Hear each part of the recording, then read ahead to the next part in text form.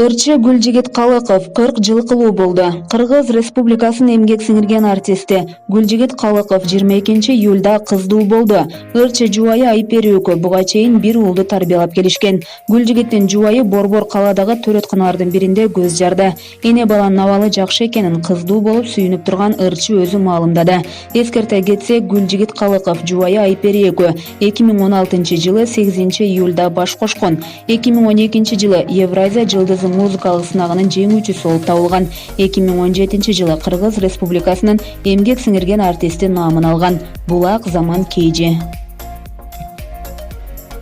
Сайкал Садыбакасова: кыргыз бала табылбай калдыбы деп сурашты. Ырчы Сайкал Садыбакасова «Сени тандадым» аттуу ырына клип тарттырды. Бул тууралуу ал өзү маалымдады. «Сени тандадым» аттуу ырымдын клиби даяр болду. Кийинки жума клип жана ыр жарыкка чыгат. Клипке башкы ролго кыз жигитти өзүм тандадым. Клиптин үзүндүсүн киргизгенде эле «кыргыз бала табылбай калдыбы» деген суроолор келди.